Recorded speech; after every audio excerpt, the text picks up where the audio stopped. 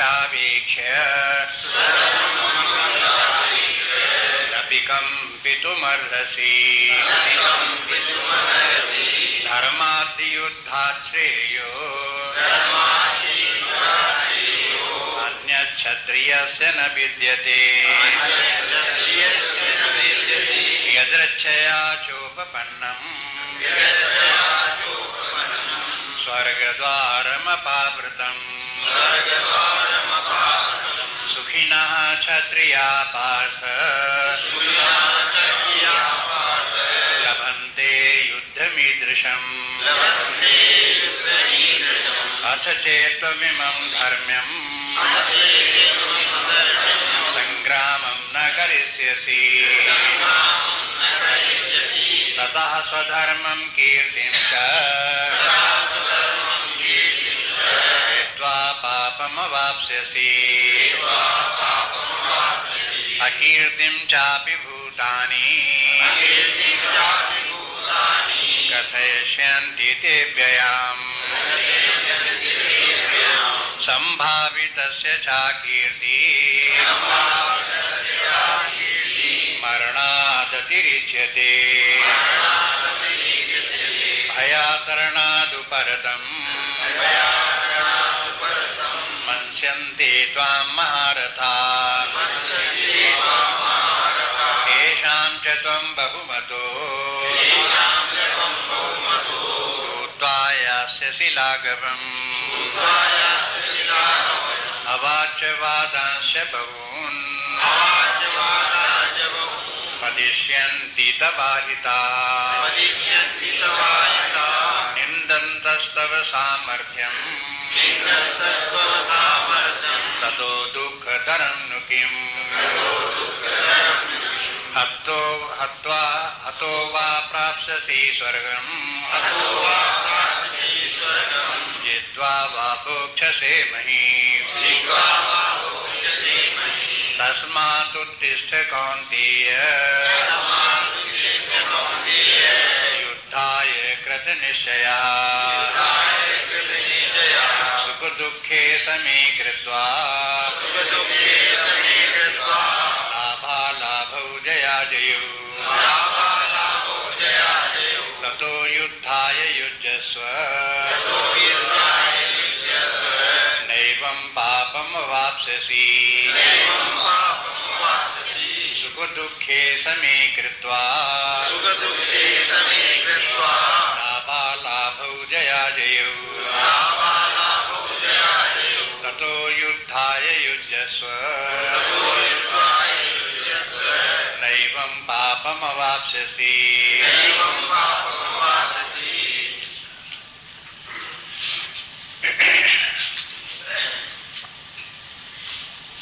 फिर स्मरण कर लें कि 11वें श्लोक से 30वें श्लोक तक ज्ञान की बात भगवान ने कही, उसे सांख्य योग कहते हैं। पहले 11 से 15वां श्लोक तक 5 श्लोकों में ज्ञान की सारी बात बता दी कि देह क्या है, देही क्या है, नित्य क्या है, नित्य क्या है। उसके बाद फिर 16वें श्लोक में नित्यानित्य का विवेक बताया कि नित्य क्या है, अनित्य क्या है, सत्य क्या है और असत्य क्या है। इन दोनों का विभाजन करके दिखाया और उसी आधार पर फिर आगे उसका वर्णन किया। तो फिर 10 श्लोकों में आगे उसका विस्तार करते गए। आखिर तक 30वें श्लोक तक ज्ञान की बातें कह करके उसका समापन कर दिया। और फिर बोले कि देखो इस ज्ञान की बात को तो है ही है, उसे तो समझना ही चाहिए, लेकिन उससे थोड़ा नीचे उतर करके भी विचार करो तो धर्म के आधार पर विचार करने पर भी निर्णय वही निकलता है। ज्ञान के आधार पर विचार करने पर मोह छोड़ करके व्यक्ति को अपना कार्य करना चाहिए। ये बात तो ज्ञान के आधार पर है। मालूम होना चाहिए कि आत्मा जीव नित्य है, शरीर नित्य है। इसी भाव को सदा ध्यान में रखते हुए व्यवहार करना चाहिए। धर्म को देख करके धर्म क्या है, अधर्म क्या है, इसको भी देख करके अधर्म में प्रवृत्त न हो, धर्म के मार्ग पर ही चले। धर्म के मार्ग पर चलने पर व्यक्ति को 3 लाभ हैं।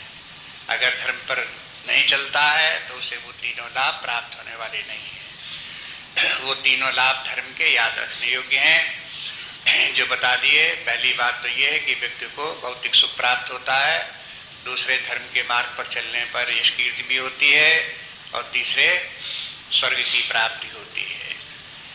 ये 3 ये है उसके लाभ हैं। अगर धर्म पर नहीं चलेंगे तो 3 हानि है। फिर इसके विपरीत फिर भौतिक सुख प्राप्त नहीं होगा, अपकीर्ति भी होगी, निंदा होगी और नरक जाना पड़ेगा। ये उसका उल्टा हो गया। अधर्म के मार्ग पर चलने का परिणाम ये हो गया। इस प्रकार से धर्माधर्म का विवेक ये तो प्रारंभिक बात है, ये तो हर किसी को समझनी चाहिए।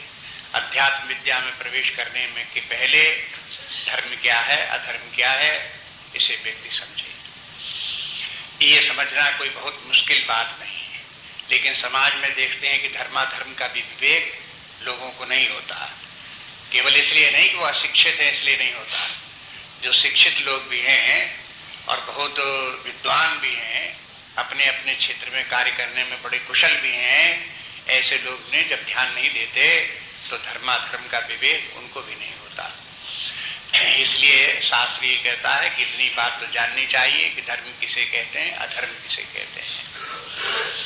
ये भी बता दिया इसी प्रसंग में कि धर्म और अधर्म का आधार वर्ण और आश्रम व्यवस्था है। धर्म और अधर्म का ये नहीं कि जहाँ व्यक्ति जो कार्य कर रहा है बस वही उसका धर्म है, ऐसे नहीं है।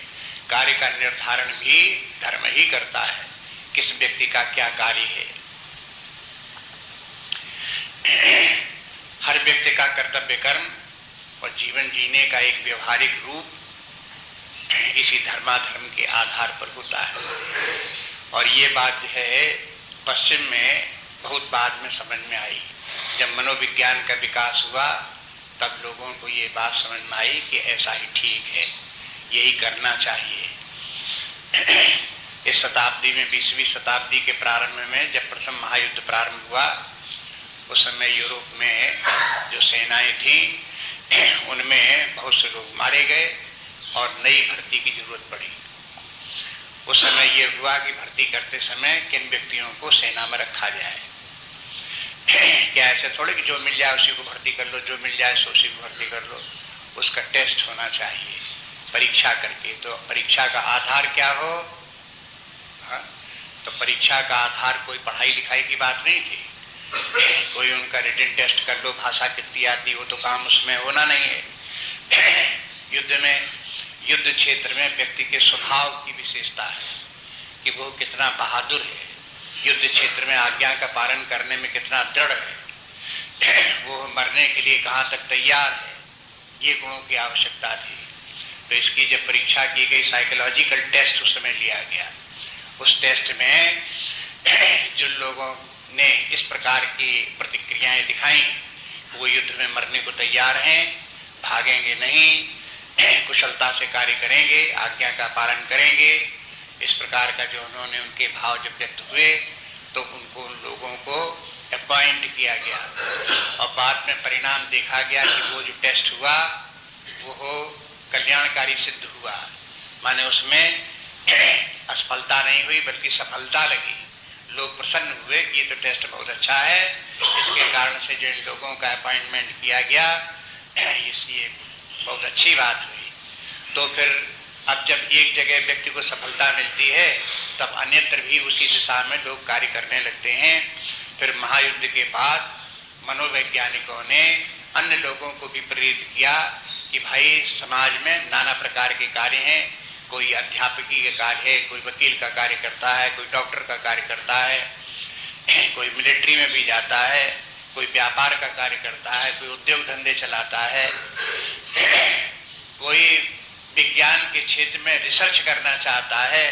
तो इस प्रकार के जो विभिन्न क्षेत्र हैं, कार्य क्षेत्र हैं, इनमें सुटेबल व्यक्ति जाना चाहिए, एप्रोप्रिएट होना चाहिए कि जो जिसके योग्य है उसको उसी क्षेत्र में चुना जाना चाहिए। ये जो चुनाव का जो आधार हुआ ये सब मनोवैज्ञानिक आधार पर मनोवैज्ञानिकों ने ही क्वेश्चनेयर तैयार किए और उन क्वेश्चनेयर में इस प्रकार के क्वेश्चन किए गए, जिनका उत्तर देने पर व्यक्तियों को पता चल जाता था कि यह व्यक्ति है किस प्रकार का, इसके एप्टीट्यूड क्या है। उसको कहते थे एप्टीट्यूड टेस्ट। एप्टीट्यूड टेस्ट के माने क्या है कि व्यक्ति का रुझान क्या है, मानसिक स्वभाव क्या है और योग्यता क्या है उसकी, किस कार्य को कुशलतापूर्वक कर सकता है। अब उसकी न जात देखी, न पात देखी, न उसकी और बातें उसकी देखी एप्टीट्यूड। व्यवहारिक जीवन में कहाँ किसको क्या सफलता प्राप्त होती है, ये उसके एप्टीट्यूड पर निर्भर करता है। अगर एप्टीट्यूड उसका उचित नहीं है, तो उसको कहते हैं मिसफिट। मिसफिट के माने जो कार्य जो व्यक्ति के लिए होना चाहिए वो नहीं कर पा रहा है। प्राचीन काल में इसका नाम रखा गया वर्ण संकर। आजकल उसे कहेंगे मिसफिट। अब देखो शब्दों की बात है लेकिन भाव वही है। वर्ण संकर के माने व्यक्ति का एप्टीट्यूड तो एक है और काम उससे भिन्न मिल गया। तो एप्टीट्यूड तो वर्ण हो गया और काम मिल गया दूसरा, वर्ण के अनुसार कार्य नहीं मिला, तो ये क्या हो गया, मिसफिट कहो, यह संकरता आ गई, मिश्रण हो गया, कर्म दूसरा एप्टीट्यूड दूसरा। तो ये बात भारतवर्ष में तो हजारों वर्ष से चली आ रही थी। कोई गीता शास्त्र कोई प्रथम महायुद्ध के बाद थोड़े लिखे गए, ये तो सब कब से चले आ रहे थे। और उपनिषद कब से चले आ रहे थे, पुराण कब से चले आ रहे थे, वेद कब से चले आ रहे थे, उनमें ये सब जो है एप्टीट्यूड टेस्ट की बात बहुत प्राचीन काल से चली आ रही थी। लेकिन ये पश्चिमी लोगों को ये इस शताब्दी के प्रारंभ में पता चली और फिर उसको इन्होंने अप्लाई कर दिया समाज में सबके ऊपर, जनरल एप्लीकेशन। ये कैसे हो गया कि वहां पर शिक्षा के क्षेत्र में जब बच्चे पढ़ने जाते हैं तो ये हुआ कि हाई स्कूल तक तो उनको सब सब्जेक्ट पढ़ाओ और उसके बाद इनका एप्टीट्यूड टेस्ट लो और उसके बाद इनको आगे का एडमिशन दो। बिना एप्टीट्यूड टेस्ट के आगे ये आर्ट साइड में पढ़ेंगे कि कॉमर्स साइड में पढ़ेंगे, साइंस साइड में पढ़ेंगे, अथवा पढ़ेंगे नहीं। एप्टीट्यूड टेस्ट करके ये भी बता देते कि इनका कहीं एडमिशन नहीं हो सकता, इनको ले जाओ, इनको दुकान खुलवाओ, इनको कोई नौकरी वोकरी करवाओ और व्यापार धंधा इनसे करवाओ, आगे के पढ़ने योग्य नहीं। अगर मान लो कहीं कोई व्यक्ति बालक ज्यादा तमोगुणी स्वभाव का हुआ और पढ़ाई लिखाई में उसका बिल्कुल मन ही नहीं लगता है, तो उसको नहीं कि जबरदस्ती करके पढ़ाना पड़ेगा आगे चल करके हाई स्कूल के बाद। जबरदस्ती जितनी हो सकती थी हाई स्कूल तक कर लिया, अब उसके बाद में उसको कह दो कि अब तुम्हें पढ़ने की जरूरत नहीं। एप्टीट्यूड टेस्ट हुआ, उसमें लिख दिया गया कि इसका इंटरमीडिएट में फर्स्ट ईयर में इसका एडमिशन नहीं हो सकता, इसको अपने और कोई काम करे, व्यापार धंधा करे, पैसे में इसका मन लगता है। ये अभी से चाहता है कि पैसा लाओ पैसा लाओ, पैसे के ऊपर इसकी दृष्टि है, तो अभी तुरंत इसको लगा दो कहीं दुकान धंधे में, नौकरी चाकरी में, यहाँ पे पैसा मिलने लगे तुरंत। जैसे एप्टीट्यूड टेस्ट करके उन लोगों को पढ़ाई से भी निकाल दिया जाता है। और जिन लोगों को फिर देखा जाता है कि पढ़ाई किस प्रकार की कौन कर सकते हैं, किस प्रकार की रुचि है, भाषा में रुचि है कि विज्ञान में रुचि है कि किस में रुचि है, डॉक्टर बनना चाहते हैं, इंजीनियर बनना चाहते हैं, किस प्रकार का एप्टीट्यूड जिस प्रकार का दिखाई दिया उसी प्रकार की फिर उनको पढ़ाई आगे चल करके उनकी पढ़ाई होगी, उसी प्रकार के उनके एडमिशन के लिए रिकमेंडेशन होगी। आप कहाँ एडमिशन ले सकते हो, जब साइकोलॉजिस्ट रिकमेंड कर देगा कि आप यहाँ पर इस सेक्शन में एडमिशन ले सकते हो, वहीं उसका मिलेगा और अन्यथा उसे एडमिशन नहीं मिलेगा।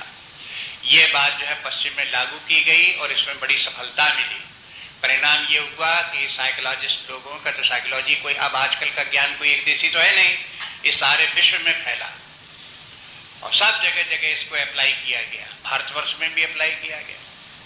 यहाँ पर भी साइकोलॉजिस्ट लोगों ने इस प्रकार की गवर्नमेंट ने एक ब्रांच खोली, हाई स्कूल के बाद बच्चों का टेस्ट लिया जाए, एप्टीट्यूड टेस्ट किया जाए और उनको आगे की जीवन किस प्रकार के करेंगे उस प्रकार उनको मार्गदर्शन दिया जाए। अब यहाँ की सरकार एक प्रकार से ज्यादा उसके पास पैसा वैसा न होने के कारण से हर छोटे छोटे शहर तक इस प्रकार के साइकोलॉजिस्ट नहीं है, लेकिन बड़े बड़े शहरों में जैसे कानपुर है, इलाहाबाद है, लखनऊ, इनमें सब में इस प्रकार के साइकोलॉजिस्ट बहुत दिनों से अपॉइंट है। अभी कोई नई बात नहीं है, बहुत दिनों से 50 वर्ष हो गए, तब से ये साइकोलॉजिस्ट अपॉइंट है और उनके टेस्ट भी होते हैं, रिकमेंडेशंस भी होती हैं, लेकिन बस ये है कि वो बाइंडिंग नहीं है। यहाँ पश्चिम में जैसी बाइंडिंग है कि रिकमेंड जो कर देगा वो साइकोलॉजिस्ट वैसा ही करना पड़ेगा, अन्यथा आप नहीं कुछ कर सकते, ऐसा है नहीं है। आप जो है वो माता पिता चाहें तो उसका रिकमेंडेशन आपने एप्टीट्यूड टेस्ट करा लें साइकोलॉजिस्ट से, चाहें तो उस प्रकार से उसको आगे उसी प्रकार का उसकी जीवन रूपरेखा चलावें और चाहे न चलावें, माने माने न माने न माने, बस इस प्रकार की बाइंडिंग उसमें यहाँ पर नहीं है। अभी यहाँ पता लगा है तो ये होता है यहाँ पे गवर्नमेंट इंटर कॉलेज जहाँ पर है उसी के बाउंड्री के भीतर एक साइकोलॉजी का भी एक जहाँ लाइब्रेरी वगैरह है वहीं पे साइकोलॉजिस्ट का ऑफिस भी है। साइकोलॉजी बराबर अपॉइंटमेंट होते रहते हैं, ट्रांसफर होते रहते हैं, वे अपना सब काम बराबर करते रहते हैं। इसलिए समाज को इस बात का पता नहीं कि देखो ये जीवन में बच्चों के लिए मार्गदर्शन के लिए एप्टीट्यूड टेस्ट कराना कितना आवश्यक है। ये एप्टीट्यूड टेस्ट कराना ये आजकल की पद्धति है, इसको वैज्ञानिक पद्धति लोग कहते हैं। एप्टीट्यूड टेस्ट किया गया वैज्ञानिक पद्धति है। अपने यहाँ भारतवर्ष में सनातन धर्म इत्यादि में जो एप्टीट्यूड टेस्ट की विधान था वो हो जब बच्चे 6 महीने के होते थे तभी से उनका एप्टीट्यूड टेस्ट शुरू हो जाता था, हाई स्कूल के बाद नहीं, 6 महीने से। अब वो क्या आधार पर होने लगते थे, इस पर कि वो पूर्व जन्म से ये बालक जीव आया है और ये जीव कैसे संस्कार लेकर के आया है, इसका एप्टीट्यूड टेस्ट करो। एप्टीट्यूड टेस्ट कैसे होता है? 6 महीने में जब उनकी अन्नप्राशन होता है उसके बाद उनको जो है वो लिटा दिया गया, चल नहीं सकते, अभी घुटनों के बल भी नहीं चल सकते, बैठ भी नहीं सकते, तब भी उनके सामने 3-4 चीजें इस प्रकार के रख दी गई जो कि अन्न उनके वर्ण के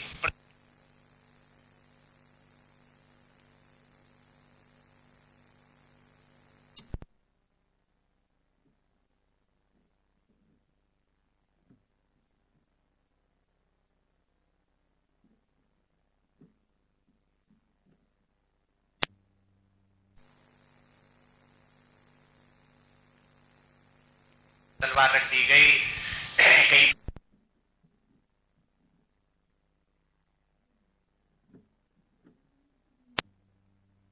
कहीं इस प्रकार की चीजें रख दी गई और फिर देखो कि बच्चा जो है उनमें से किस चीज की तरफ लपकता है, किसको लेना चाहता है। वो तो लेना चाहेगा कोई ना कोई, और जो चीज लेना चाहेगा तो उससे माता पिता जान जाते हैं कि इसका एप्टीट्यूड किस प्रकार का है। और भी उसके इस प्रकार के टेस्ट हैं। बचपन में कुछ बच्चे ज्यादा रोते हैं, कुछ कम रोते हैं, कुछ ज्यादा मचलते हैं, कुछ कम मचलते हैं। कुछ बच्चों को जो है वो खिलौने अच्छे लगते हैं, कुछ को खिलौने अच्छे नहीं लगते हैं, कुछ को मिठाई अच्छी लगती है, कुछ को मिठाई अच्छी नहीं लगती है। इस प्रकार से बच्चों में देखो तो उनके एप्टीट्यूड डिफरेंट टाइप के हैं। उनको भी देख करके जो प्रबुद्ध लोग हैं, माने जो अधिक आयु के व्यक्ति हैं, वे लोग सावधानी से देखते हैं और जान जाते हैं कि बच्चे का स्वभाव क्या है। उसी प्रकार से आगे की वो व्यवस्था करते हैं कि इस बालक को किस प्रकार की ट्रेनिंग दी जाए, किस प्रकार का जीवन यापन कराया जाए, किस प्रकार की क्या व्यवस्था कराई जाए। ये पहले से चला आ रहा था। इसके अतिरिक्त और भी पद्धतियां हैं। अब उनका बहुत विस्तार करें तो तमाम विस्तार हो जाता है। उसको ये है, इनके एप्टीट्यूड टेस्ट करने के लिए यहाँ पर अनेक प्रकार इस प्रकार से हैं और बार बार इनका परीक्षण होता रहता है। एक परीक्षण और भी है जो जानना चाहिए, वो ये है कि यहाँ पर जन्मपत्र बनता है और उसको जन्मपत्र में नाम और पिता का नाम और तिथि, ये तिथि तो सब लिखी जाती हैं, लेकिन कभी आप जन्मपत्र किसी का देखो, अपना देखो, किसी का देखो, तो उसमें ये वर्ण भी लिखा होगा और वर्ण वो नहीं लिखा होगा जो माता पिता का वर्ण है। ऐसा नहीं कि ब्राह्मण घर में पैदा हुआ तो उस बालक का भी ब्राह्मण वर्ण लिखा हो सकता है तो उसमें शूद्र वर्ण लिखा हो सकता है उसमें क्षत्रिय वर्ण लिखा हो। तो आप ये न समझो कि वो पंडित जो है वो भूल भुलैया में पड़ गया और गलती से उसने क्षत्रिय वर्ण लिख दिया है, ऐसा नहीं है। वो जब उसने तिथि देखी और पत्रा इत्यादि के साथ से ज्योतिष के अनुसार वो जीव का जीवन जो चल रहा है, वो ज्योतिष ये बताता है कि पूर्व जीवन में ये जीव इस स्वभाव का था, अब इस शरीर में धारण करके जब आया है तो ये संस्कार लेकर के आया है और इसके इस प्रकार का वर्ण है। तो जो वो वर्ण जो है उसमें ज्योतिष वाला वर्ण है। तो हम ये नहीं कहते कि सब ज्योतिष ठीक ही होती है, सब लोग सही सही निकाल ही देते हैं, लेकिन एक विधान अगर सही ज्योतिष हो और उसके ऊपर कोई विश्वास करता हो तो फिर उसमें से उसे जन्मपत्र भी देखना चाहिए और ये देखना चाहिए इस बालक का क्या वर्ण क्या है, और उस वर्ण के अनुसार फिर उसमें अगर बड़ी जन्मपत्र बना दी जाए, फलित ज्योतिष जिसे कहते हैं, तो उसमें लंबी बहुत जन्मपत्र बना दिया जाता है। तो उसमें ये भी लिखा जाता है कि इसका स्वभाव क्या क्या होगा, क्या क्या किस प्रकार का कार्य करेगा, किस प्रकार की बातें करेगा, ये बहुत बोलेगा कि कम बोलेगा, झूठ बोलेगा कि सत्य बोलेगा, चोरी करेगा कि नहीं करेगा, परिश्रम करेगा कि नहीं करेगा, ये तमाम बातें इस प्रकार की लिखी होती है। धनोपार्जन करेगा कि नहीं करेगा, दरिद्री होगा क्या होगा, विद्या पढ़ेगा कि नहीं पढ़ेगा, पढ़ने में रुचि होगी कि नहीं होगी, ये सब उसमें फिर फलित ज्योतिष में वो सब लिख देते हैं आगे कि ऐसे ऐसे होगा, ऐसे ऐसे होगा। और बहुत बार देखो तो जो इसलिए कोशिश ही की जाती है कि ऐसे पंडितों से ये सब बनवाया जाए जो इस ज्योतिष के अच्छे जानकार हों, अनुभवी हों, उनसे ये जन्मपत्र बनवाए जाते हैं।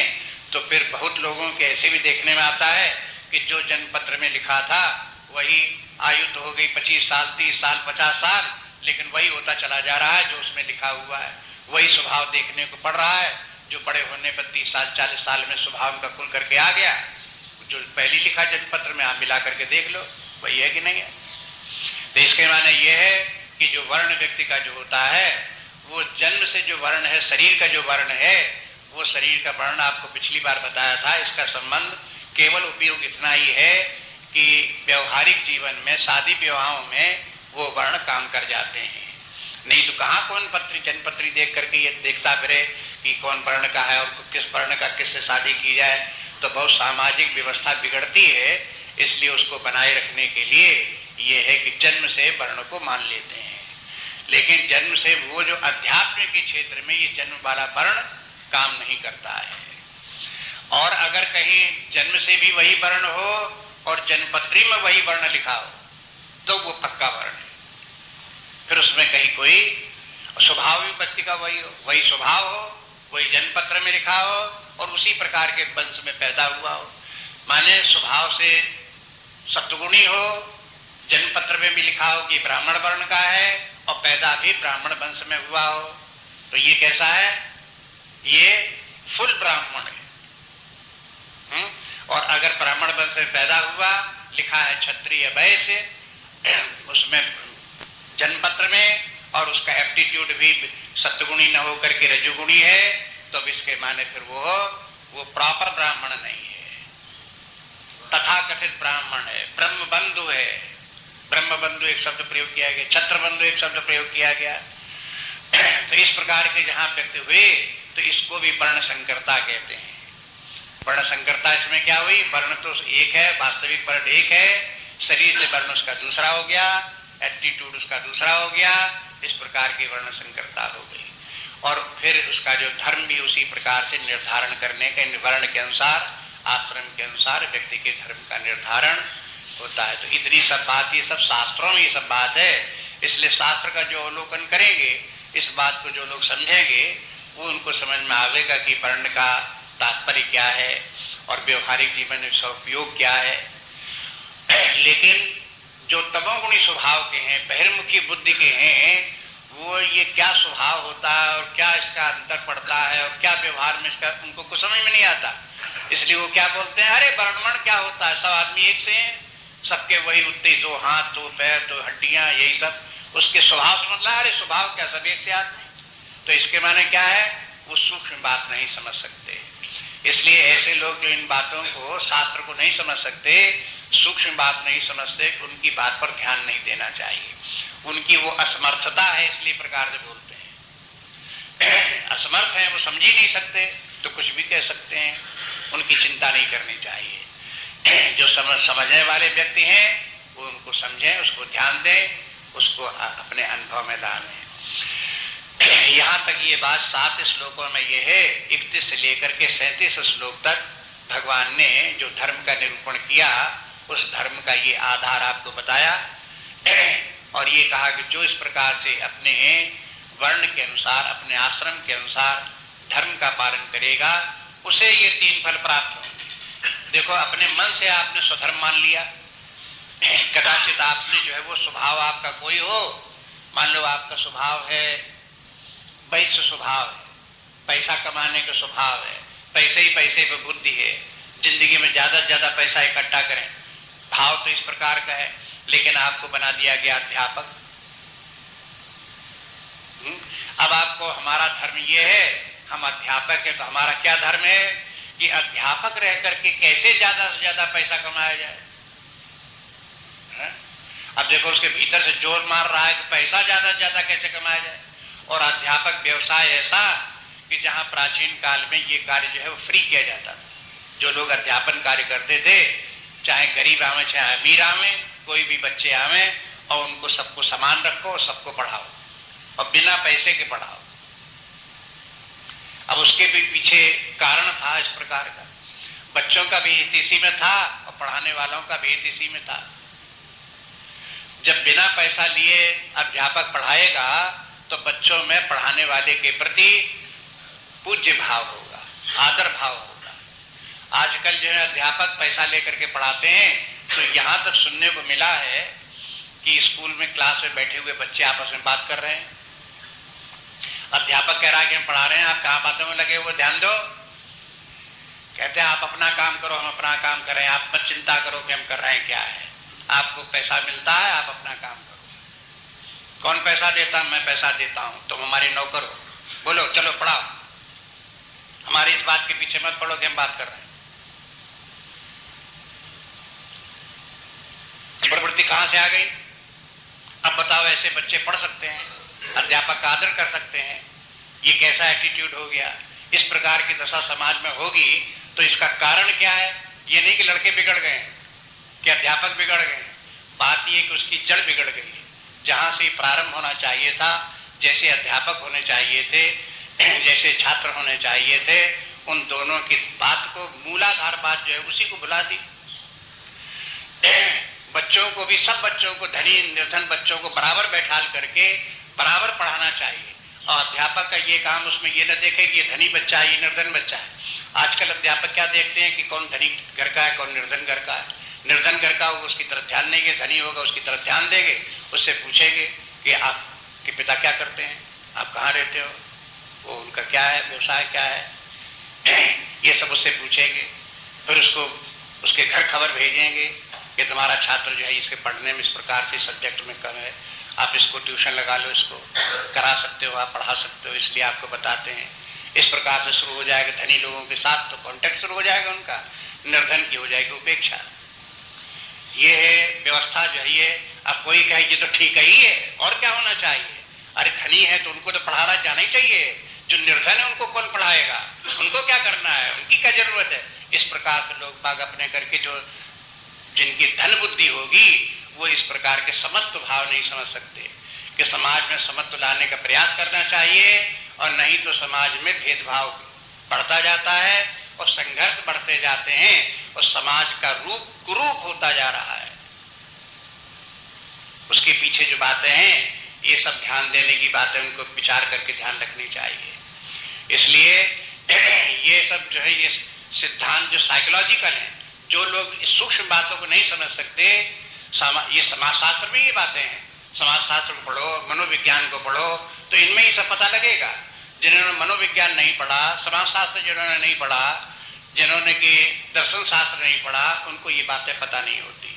वो तो एक बात जानते हैं कि खाओ पियो मौज करो, पैसा कमाओ, बस इससे आगे कुछ नहीं किया। समाज बिगड़ रहा तो बिगड़ने दो, बन रहा तो पढ़ने दो, हमें क्या करना है? बस इस प्रकार की धारणा जो है ये है जड़ बुद्धि का लक्षण है, जड़त्व है।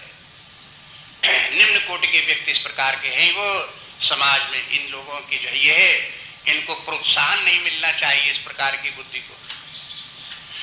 जो इस प्रकार के जड़ बुद्धि के लोग हैं, धन प्रधान भावना रखने वाले हैं, उसी के आधार पर समाज चलाने वाले हैं, भेदभाव बढ़ाने वाले हैं, इस प्रकार के उचित लोग नहीं हैं ये।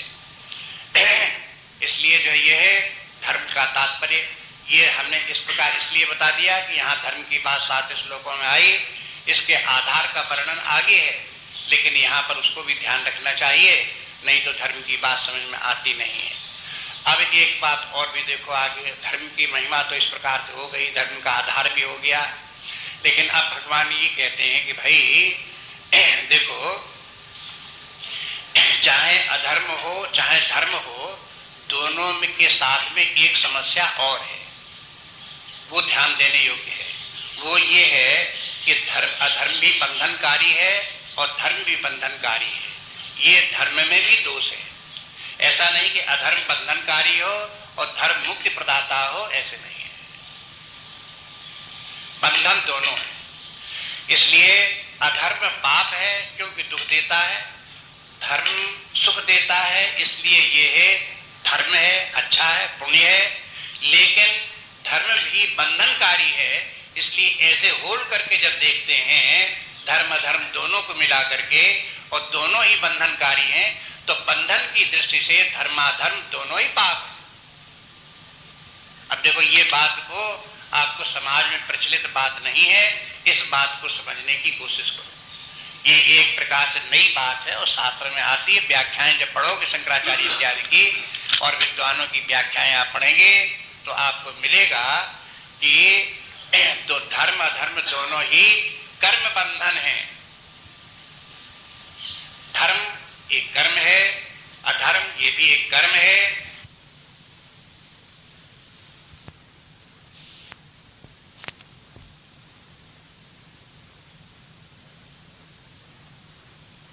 नहीं पड़ेगा, नरक जाना ही पड़ेगा। इसी प्रकार से अगर पुण्य कार्य करेगा तो वो व्यक्ति को विवश होकर के स्वर्ग जाना ही पड़ेगा और वहां स्वर्ग में रहना ही पड़ेगा और उसका सुख उसे भोगना ही पड़ेगा। माने ये कोई कहे कि मैं स्वर्ग नहीं जाता, मैंने इतना धर्म किया, मैं मुक्त हो जाऊं, तो मुक्त नहीं हो सकता, उसे स्वर्ग जाना भी पड़ेगा, स्वर्ग से लौटना भी पड़ेगा। ये जो बंधन है, ये बंधन सुख है कि दुख है? दुख है। अगर दुख है तो पाप नहीं हुआ।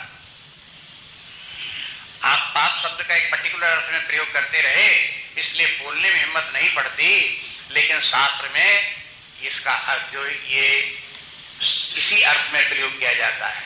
देखो, इसी धर्म की बात कहते कहते भगवान कहने लगे कि धर्म भी बंधनकारी है और वो भी बंधनकारी होने के कारण पाप है, लेकिन धर्म को करते हुए भी व्यक्ति इस बंधनकारी जो इसका यह डंक है, यह विष है, उससे बचा जा सकता है। ये उपाय, आगे की साधना ये है, धर्म का पालन करो, लेकिन धर्म के कारण होने वाला जो बंधन है उससे बचो। इसलिए अब आगे की गति क्या है? आगे की गति ये नहीं कि धर्म को छोड़ दो अधर्म में आ जाओ। आगे की गति है धर्म तो करते रहो, लेकिन किस प्रकार से करो कि धर्म के कर्म जो है वो बंधनकारी न हो। तो अब क्यों बंधनकारी कब होते हैं, कब नहीं होते हैं, ये बात समझ लेनी चाहिए। दो बातें हैं। एक बात तो ये है कि व्यक्ति में यदि भोक्ता भाव होता है तो उसे कर्म बंधनकारी होता है, व्यक्ति में कर्ता भाव होता है तो उसके कर्म बंधनकारी होते हैं। चाहे वो धर्म हो चाहे अधर्म हो, कोई भी कार्य हो, जहां कर्ता भाव होगा, कर्ता अभिमान कि मैं करने वाला हूं, मैंने ये कार्य किया, मैंने ये अच्छा कार्य किया, मैंने ये किया, जहां इस प्रकार से मैंने किया की बात आएगी तो उसका कर्म वो बंधनकारी हो जाएगा। अशुभ होगा तो बंधनकारी हो जाएगा और पुण्य होगा, शुभ होगा तो भी बंधनकारी हो जाएगा। और दूसरा भोक्ता भाव हुआ कि मैंने ये कर्म तो इसलिए किया है कि इसका ये फल मिलना चाहिए, उस फल के ऊपर आश्रित रहना, उसकी कामना करना, ये जो है व्यक्ति को ये भी उसके लिए बंधनकारी है। इसी बात को ध्यान में रख करके आगे का श्लोक जो है इसके अर्थ को समझे। ये बात इसलिए इतनी बताई ये श्लोक समझ में आ जाए। अब आप देखिए इस श्लोक में कहते हैं सुख दुखे समय कृत्वा लाभा लाभो जया जयऊ कहते समय मन समान समझो, सुख दुख को समान समझ करके, लाभ और हानि को भी समान समझ करके, जय और पराजय को भी समान समझ करके, ततो युद्धायुज्यस्व, फिर तुम युद्ध में लगो, युद्ध करो। न एवं, इस प्रकार से जब युद्ध करोगे, पापम अवाप्स्यसि, तब तुमको पाप नहीं लगेगा। अगर इतनी बात होती कि अगर अर्जुन युद्ध करता है तो युद्ध करने से उसका, भगवान ने बता दिया तुम क्षत्रिय हो, तुम्हारा युद्ध करना चाहिए, धर्म युद्ध प्राप्त हुआ है, 3 फल भी बता दिए, लेकिन फिर भी इतना होने के बाद में भी भले ही अर्जुन स्वर्ग जाने का अधिकारी हो जाए, भले ही यश कीर्ति उसको प्राप्त हो, भले ही विजय प्राप्त हो जाए तो राज्य सुख प्राप्त हो, लेकिन उसके पीछे जो न दिखाई देने वाली बात है वो ये है कि वो कर्म के बंधन में बंधेगा। ये जो कर्म का बंधन है ये उसके लिए पाप है। भगवान कहते हैं इस पाप से भी तुम बच सकते हो, कर्म के बंधन से भी तुम छूट सकते हो, नहीं तो ये पाप कहां से आ गए ऐसे श्लोक में? आप आगे पीछे का ध्यान से अर्थ लगा करके, स्वयं ध्यान अर्थ लगा करके देखो, इसका कोई पिछले श्लोकों से अन्यथा संबंध ही नहीं है। जब भगवान ने कह दिया कि तुम युद्ध करोगे तो ये तुम्हारा धर्म है, अपने स्वधर्मम चादेक्ष, अपने धर्म को देख करके तुम स्वर्ग तक तुमको प्राप्त होगा, ये तो पुण्य हुआ, पाप कहां हुआ? अर्जुन अगर तैयार हो जाता युद्ध करने के लिए तो अर्जुन कहता ठीक है ये पुण्य कार्य हो गया, बस पाप से हम छूट गए। लेकिन फिर भी धर्म करने वाले व्यक्ति को भी एक पाप है, और वो है कर्म का बंधन, कर्म की प्राश्रितता। व्यक्ति कर्म करता है, उसके कर्म का फल उसे भोगना पड़ता है, बस इस बात को समझे। यही यहां पर यह है पाप है। अब इस पाप से छूटने के लिए 2 बातें भगवान ने बताई कि एक तो ये व्यक्ति को जो धर्म का पालन करेगा तो एक पाप तो उसी से छूट गया, जब उसने धर्म का मार्ग पर आ गया तो अधर्म से होने वाला पाप और दुख से छूट गया।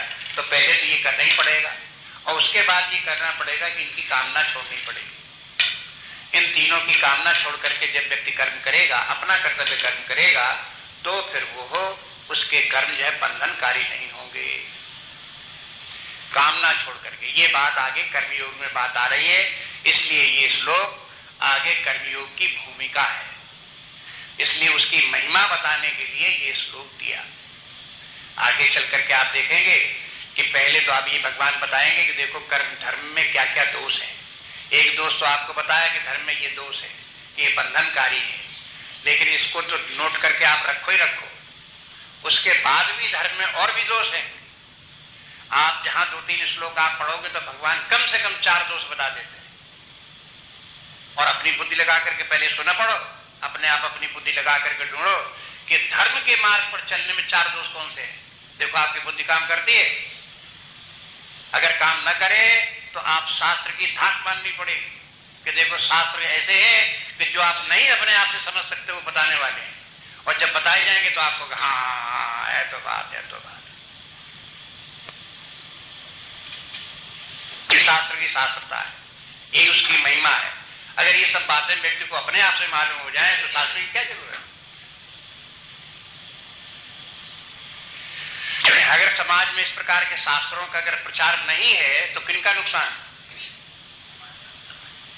सारे समाज का नुकसान है, जीवन जीने वाले व्यक्तियों को नुकसान है। कोई शास्त्र का नुकसान है? शास्त्र का क्या नुकसान? वो तो अपने स्थान में सत्य है ही है, उसका क्या बिगड़ता है? जो उसको लाभ उठाएगा वो लाभ पाएगा, नहीं लाभ उठाएगा उपेक्षा करेगा, अपनी हानि उठाएगा स्वयं। एक तो बात व्यक्ति को अपने धर्म का पालन करना चाहिए, और दूसरी पहली पंक्ति में जो बोले उसमें कामना का नाम नहीं लिया है, राग द्वेष का नाम नहीं लिया है। लेकिन जब तक कि कोई व्यक्ति कामना का त्याग नहीं करता और राग द्वेष का त्याग नहीं करता, तब तक सुख दुख के समय कृत्वा ये नहीं हो सकता। ये इसके पीछे अंडरस्टूड है कि व्यक्ति कामना का त्याग करे, राग द्वेष त्याग करे, तब देखेगा कि वो सुख दुख में सम हो गया है और लाभ हानि में सम हो गया है, जय पराजय में सम हो गया है। कोई जबरदस्ती करके कोई कहे चाहे कि लाभ हानि में हम सम हो जाएं, तो जबरदस्ती करके नहीं होगा। वो बात जो यहाँ पर अभी नहीं बताई गई वो आगे खुलासा कर देंगे, बता देंगे, सब आप सब जाएंगे। लेकिन उनको यहाँ पर ये समझ करके, और एक प्रश्न आया कि कैसे हम सुख दुख में संभला रह ही कैसे सकते हैं, तो इसको एक प्रश्न को लिख करके रखो, आगे फिर भगवान कहीं किसी श्लोक में आकर के ये सब एक्सप्लेन कर देंगे, बता देंगे। इसमें जैसे हमने नाम ले दिया कामना का, हमने नाम ले दिया राग द्वेष का, तो ये ना समझो कि हमने अपने मन गढ़ंत बात बोल दी है, अपने आप सबने आपको बता दी। ये सब गीता ही सब लिखा हुआ है। एक बहुत बार लोग बात यही कहते हैं कि गीता की व्याख्या क्या है, कौन सुंदर व्याख्या है। गीता की सबसे अच्छी व्याख्या स्वयं गीता है, बस व्यक्ति को याद रखने की सामर्थ्य होनी चाहिए। एक बार जो बात कही गई उस बात को आप याद रखो, और दूसरी जगह जब वो कही जाए, वो प्रसंग आवे तो आपको स्मरण आ जाए, इसका वहां से यहां से ये संबंध है, उसका यहां से ये संबंध है। यहां इसकी व्याख्या नहीं है कि सुख दुख सब कैसे रहा जाए, इसकी व्याख्या आगे किसी श्लोक में आएगी, तो उसको इसीलिए गीता को बार बार पढ़ो। जब आगे आप पढ़ेंगे तब पता चलेगा कि सुख दुख में सम होने का तरीका कामना का त्याग, राग द्वेष का त्याग है। फिर जब इस श्लोक को फिर पढ़ेंगे तब आप देखेंगे अपने आप ही व्याख्या याद आ जाएगी कि ये श्लोक पढ़ते समय कि ये सब सुख दुख के समय कृत्वा कैसे सुख दुख के सम हो, वो व्याख्या आपको गीता की व्याख्या याद आ जाएगी। इसलिए बार बार गीता का अध्ययन करो, गंभीरता के साथ अध्ययन करो, और बार बार अध्ययन करते ही रहो, और सारे जीवन करते रहो, आगे बढ़ते रहो, बुद्धि आपकी विकसित होती रहे, ज्ञान आता रहे, और आगे बढ़ते रहो, अपने जीवन को उसी दिशा में आगे बढ़ाते भी रहो और सीखते भी रहो। इस प्रकार से आगे चलता जाएगा। अब देखो एक साधारण सा एक आपको बताते हैं कि सुख दुख जो है ये इनको सम कैसे किया जाए। जो कामना का त्याग है वो तो अलग बात है, वो जो कामना त्याग होगा, राग द्वेष जहां बात आएगी वहां भगवान दिखा देंगे। जहां कामना नहीं व्यक्ति की होगी, जैसे कामना के माने जो हम कर्म कर रहे हैं उस कर्म के फल के प्रति दुराग्रह, ऐसा ही फल प्राप्त हो, इसका नाम कामना है। जैसे अर्जुन युद्ध करे तो इसीलिए युद्ध करे कि युद्ध में हमें जीतना ही है, और युद्ध जीतने के लिए हम युद्ध कर रहे हैं, तो ये उसका जो है वो हो, जय और पराजय में समानता नहीं रही। आगे देखो जय और पराजय अंत में है, जया जय। अर्जुन से कहते तुम जय और पराजय दोनों को समान समझो। अगर समान समझे तो कोई व्यक्ति युद्ध जय के लिए करेगा कि पराजय के लिए करेगा? तो कहते युद्ध तो तुम करो अपना कर्तव्य कर्म समझ करके, अपना धर्म समझ करके करो, और जब अपना धर्म समझ के करो तो ये भी हो सकता है तो युद्ध में पराजित हो जाओ या मारे जाओ, तो उसको भी उतना ही महत्व दो जितना कि युद्ध में जीत जाओ और तुम्हें राज्य मिल जाए। ये दोनों बातों को बराबर दो।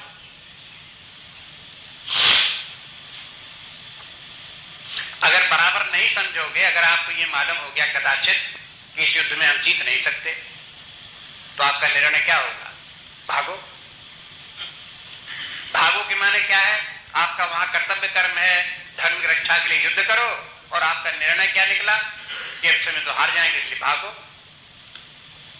तो कहां धर्म का पालन हो?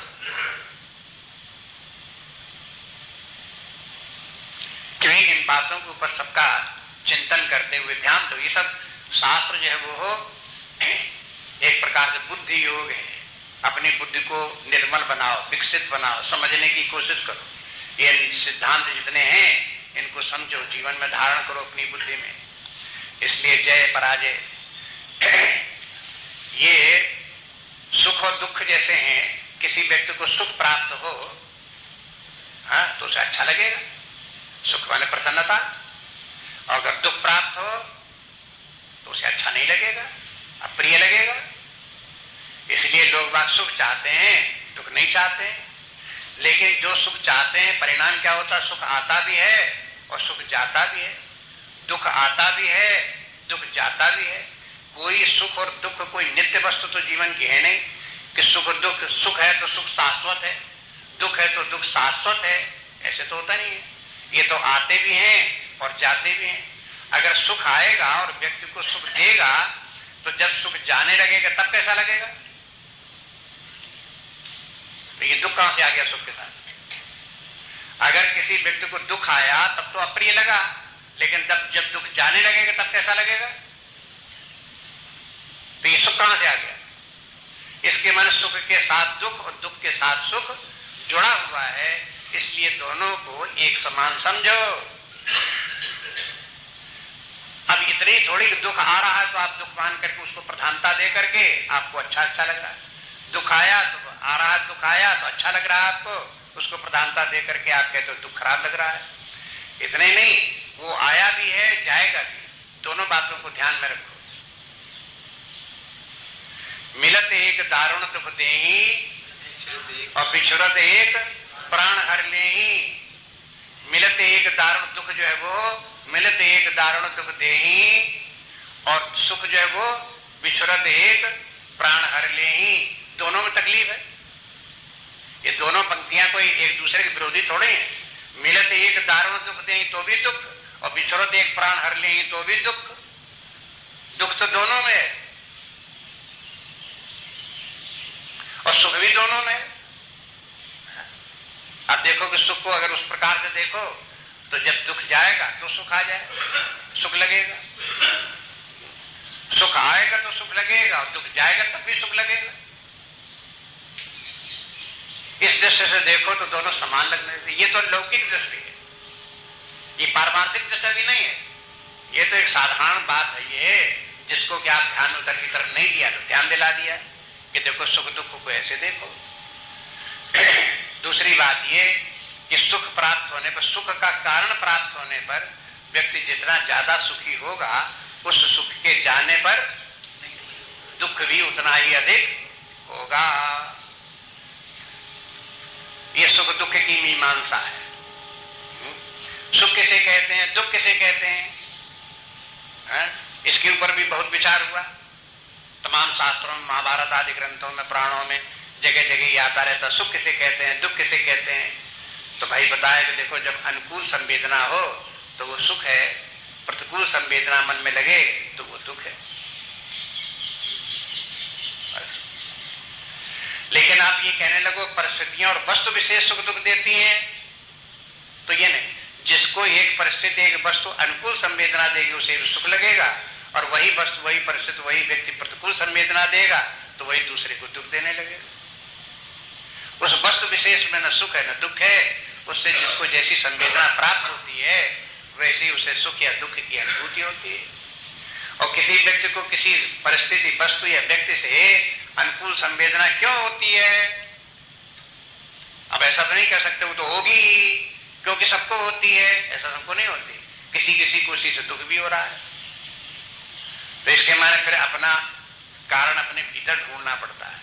अपने भीतर का कारण, क्या कारण अपने भीतर?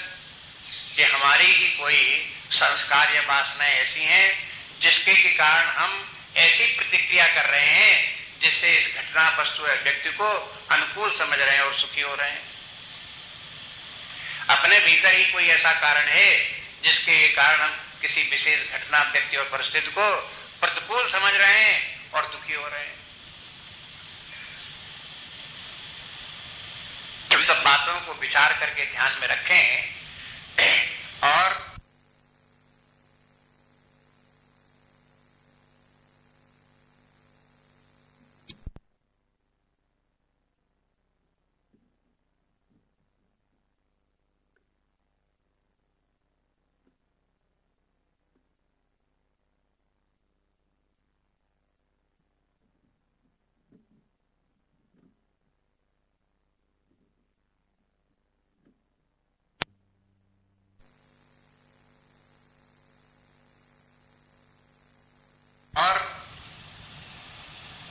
अभी हाल में ही कल ही ज्ञान की बातें बहुत दूर तक पहुंच गई, आत्मज्ञान की हो गई, परम शांति विश्राम की बात हो गई। तो फिर बात क्या आई कि ये सब व्यवहारिक है कि नहीं है, व्यवहार में इसका क्या उपयोग है। अगर कोई इस प्रकार की बात सोचता है और समझ में नहीं आता व्यवहार में क्या इसका उपयोग है, तो आप बताओ कि जैसे इतना अध्ययन आज किया, इतनी बात समझी, ये कोई व्यवहार में काम आने वाली वस्तु है कि बेकार की है? अगर कोई समझ में आई तो गीता में लिखी हुई बातें और जवान की लपालपी है, अब बोल दिए थोड़ी देर तक और बस सुनने में भी अच्छी लगी, और जब व्यवहार में होगा तो इसका तो कोई काम ही नहीं है वहां। इसके माने क्या हुआ? समझ में आया? समझना ही बेकार है, समय नष्ट करना बेकार अगर व्यवहारिक नहीं। इसलिए इसकी व्यवहारिकता किस प्रकार से है वो भी ध्यान में रखो। और व्यवहारिकता जब स्वीकार करेगी बुद्धि की ये व्यवहारिक है, ये हमारे जीवन के लिए उपयोगी है और व्यवहारिक है, तब आप इसे अपने स्वीकार करेंगे, आप अंगीकार करेंगे, अपने जीवन में धारण करेंगे, और तभी इसका फल भी दिखाई देगा, नहीं तो फल भी नहीं दिखाई देगा, लाभ भी नहीं दिखाई देगा। कोई जवानी लाभ थोड़ा हो जाएगा, बात जीभ से बोल दी, बात बोल दी, कानों से सुन ली, बस हो गया उसका लाभ। करेंगे नहीं तो लाभ नहीं होगा। धर्म का पालन नहीं करेंगे, धर्म का फल नहीं मिलेगा। निष्काम भाव से धर्म का पालन नहीं करेंगे तो उसका जो फल मिलना है वो नहीं मिलेगा। कहने की बातें थोड़े।